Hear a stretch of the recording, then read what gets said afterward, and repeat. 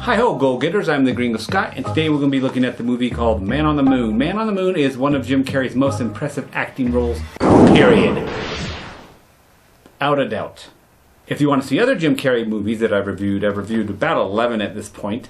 Feel free to check that out at the end of this video. So without further ado, let's dive into Jim Carrey, Man on the Moon. Take it away! No worries, my fellow go-getters.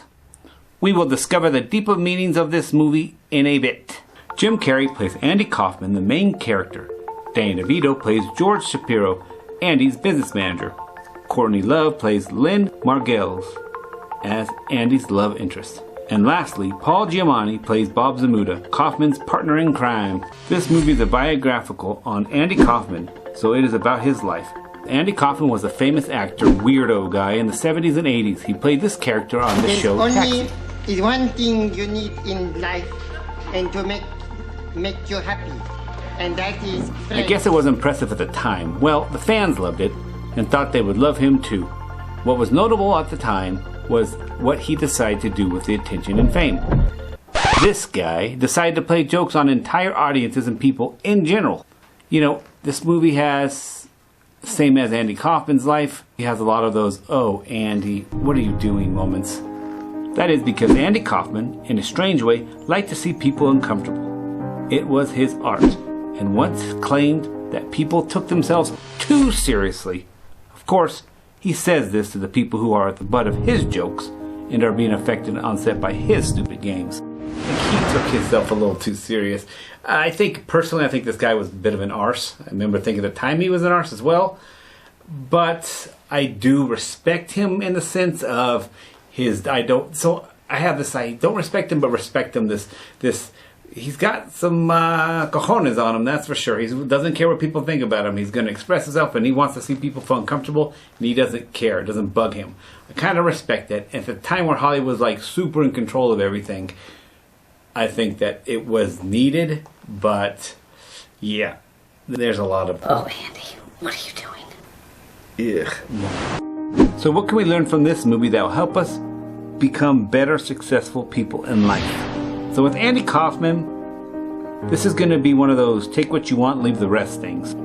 This means that if you see a person who is someone you don't look up to, maybe even don't like, maybe they annoy you, but they have a positive thing about them, there's some type of positive thing, you can model that positive behavior or trait of theirs, and you don't have to do anything else with them. For example, maybe they work out regularly and follow a healthy meal plan. You can ask them how they do it. Then you can say, "Adios. Good day, sir." I say good day. The thing I took from this movie that we can learn from is he said people take themselves too seriously as a defense for his acting up and joking with people all the time. That we're going to go with. So when Andy Kaufman said that we need not take ourselves so seriously, I need to be able to slow my pace on my path to success. At times, I can put so much pressure on myself to be disciplined that I forget to enjoy the life I was given. I am a big fan of Gandhi, who said this: "The path is the goal." Okay, so if I'm on the path, it does not matter how long it takes for me to achieve the goals. Sometimes I will run, sometimes I will walk. Sometimes I will crawl, and sometimes I will sit on the path, checking my foot for thorns. I should enjoy my process. Thanks, Andy. Thank you very much. That bad. So I found the movie being a little bit boring. I hadn't ever watched this movie. I remember thinking I was going to watch it. I had a friend, shout out to Rick, who was super into Andy Kaufman, I believe, and he was super excited about this movie when it came out.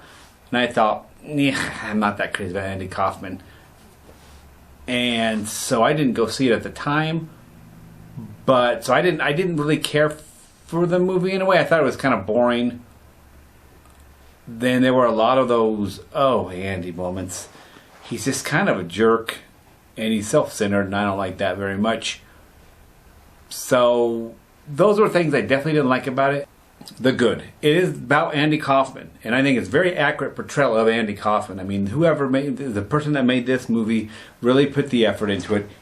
Jim Carrey does an amazing job of being Andy Kaufman to where I just assume it's Andy Kaufman playing Andy Kaufman. I forget it's Jim Carrey. He does that good. It's really crazy. And apparently, and there's a Netflix Jim and Andy, I believe it's called, Netflix documentary. It's footage that Jim Carrey had recorded on Universal Studios, I believe is the set that it was on. Their set, behind the scenes of him staying in character. There were two characters he played on this. The alter ego of Andy Kaufman as well as Andy Kaufman.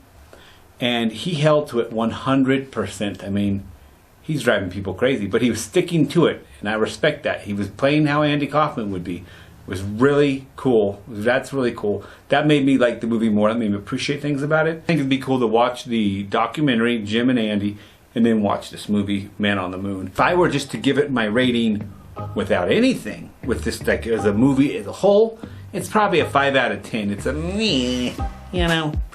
But if I'm going to add in all the work and impressiveness of Jim Carrey doing so good that he's Andy Kaufman, I take it for granted. So I'm almost more judgy, except forget it's Jim Carrey. I'm going to give it a 7 out of 10. 7 out of 10.